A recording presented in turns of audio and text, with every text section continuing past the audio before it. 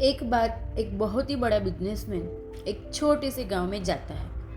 उसका प्लान होता है कि उसे उस गांव में एक फैक्ट्री लगानी है। वो एक ऐसी जगह तक पहुंच जाता है जहां पर उसके सामने नदी होती है और सामने एक गांव होता है। अभी उसके पास में दो ऑप्शंस होते हैं। एक तो वो सड़क के रास्ते से पूरा घूम करके गांव में जाए, जिसमें करीब करीब 8 घंटे लगेंगे क्योंकि डायरेक्ट कोई रास्ता नहीं है। या फिर वो नाव में बैठ के 20 मिनट में वो नदी के उस पार जाए। तो उस बिजनेसमैन ने अपना टाइम बचाने का डिसीजन लेते हुए नाव में बैठने का फैसला किया।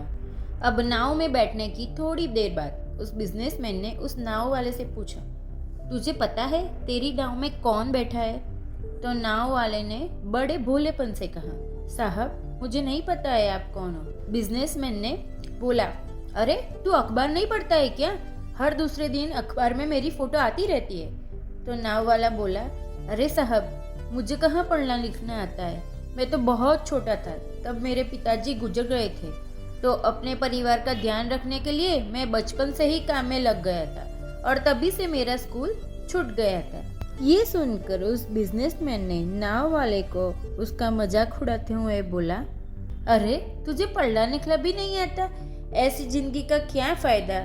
ये सुनकर नाव वाले को बहुत ही बुरा लगा, पर वो कुछ नहीं बोला।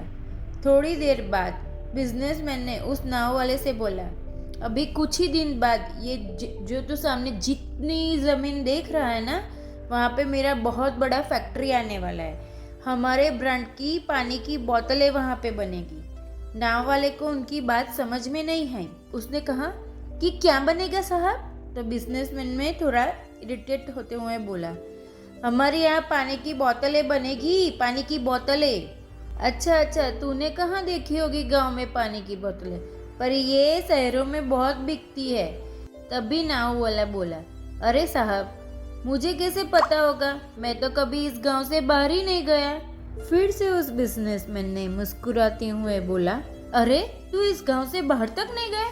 तुझे ये भी पता नहीं है कि शहर के लोग, वहाँ की जिंदगी कैसी होती है? लो बताओ, फिर तुमने क्या देखा? ऐसी जिंदगी का क्या फायदा? एक कुएं के मेंढक हो तुम, मेंढक।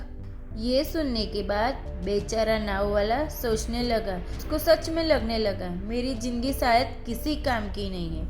अपने सोचने की वजह से नाव वाले का नाव से ध्यान हटा और तब भी वो नाव की टक्कर हो गई, और जिस वजह से नाव में एक छेद हो गया।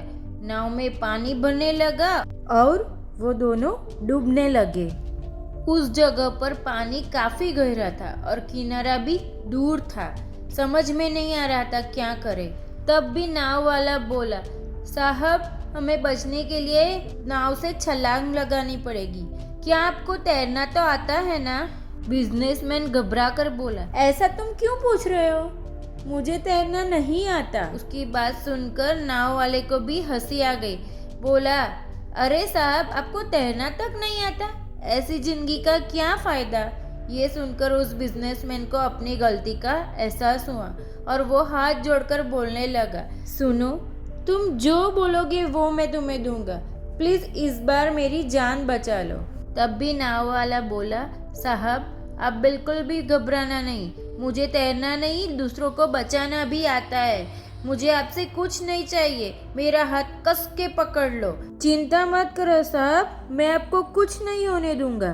और इसी तरह नाव वाले ने बिजनेसमैन को बचा लिया। इस कहानी से हमें क्या सीख मिलती है कि जिंदगी में हमें कभी किसी का मजाक नहीं उड़ाना चाहिए, उसको अपने से कम नहीं समझना चाहिए, क्योंकि हमें नहीं पता है हमें कब किसी की कहाँ पे ज़रूरत पड़ जाए।